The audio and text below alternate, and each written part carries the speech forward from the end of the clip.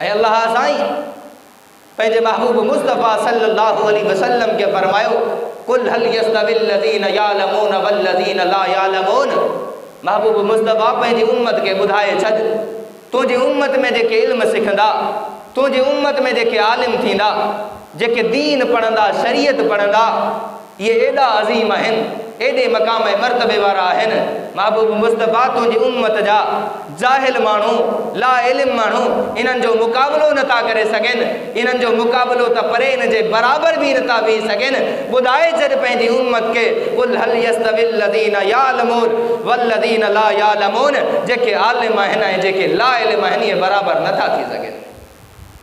रसूलुल्लाह सल्लल्लाहु अलैहि वसल्लम पंहिंजी उम्मत के सेखारियो आहे उब्दु आलिमन औ मुतअल्लिमन औ मुस्तमिअन औ मुहिब्बन फला तकुनिल खामिसा फतहलिक।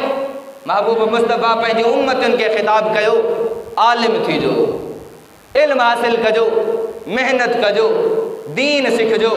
जेकॾहिं आलिम नथा थी सघो औ मुतअल्लिमा पोइ आलिमनि वटि पढ़ो, उन्हनि खां सिखो, दीन जी तालीम हासिल कयो।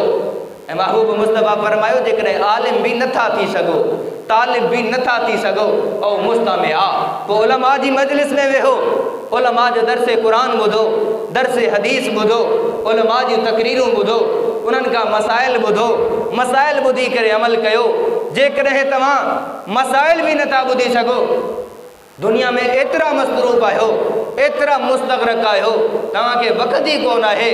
पोइ महबूब मुस्तफ़ा फरमायो ओ मुहिब्बा पोइ चौथों कमु इहो कयो तव्हां उलमा सां मुहबत कयो, उलमा सां उल्फत रखो, उलमा जी ख़िदमत कयो, उलमा जो एहतराम कयो, उलमा जी इज़्ज़त कयो। फला तकुनिल खामिसा याद रखो जेकॾहिं ये चार नथा थी सघो, पंजा न थीजो फतहलिक। मां महबूब मुस्तफ़ा गारंटी ॾियां थो जेकॾहिं तव्हां पंजा थी वियो त गुमराह थी वेंदव, जहन्नम जा हक़दार थींदव। उहे पंजा केर आहिनि? उलमा सां बुग़्ज़ रखण वारा, उलमा सां नफ़रत करण वारा। ही दौर अहिड़ो दौर हली रहियो आहे, हिन दौर जे अंदरि उलमा सां नफ़रत करण खे सवाब सम्झो वञे थो, उलमा जी मुखालफ़त करण सवाब सम्झो वञे थो, उलमा जूं तस्वीरूं बिगाड़ण, उलमाए किराम ते मज़ाक़ करण, तंज़ो तशनीह करण, घटि वधि ॻाल्हाइण, पंहिंजो फरीज़ो सम्झी करे इनखे अंजाम ॾिनो वञे थो। रसूलुल्लाह सल्लल्लाहु अलैहि वसल्लम फरमायो क़ुर्बे क़यामत में मुंहिंजी उम्मत में कुछ माण्हू अहिड़ा ईंदा जेके मुंहिंजी उम्मत जे उलमा खे घटि वधि ॻाल्हाईंदा, पोइ अल्लाह साईं उन्हनि खे ज़लील करे छॾींदो।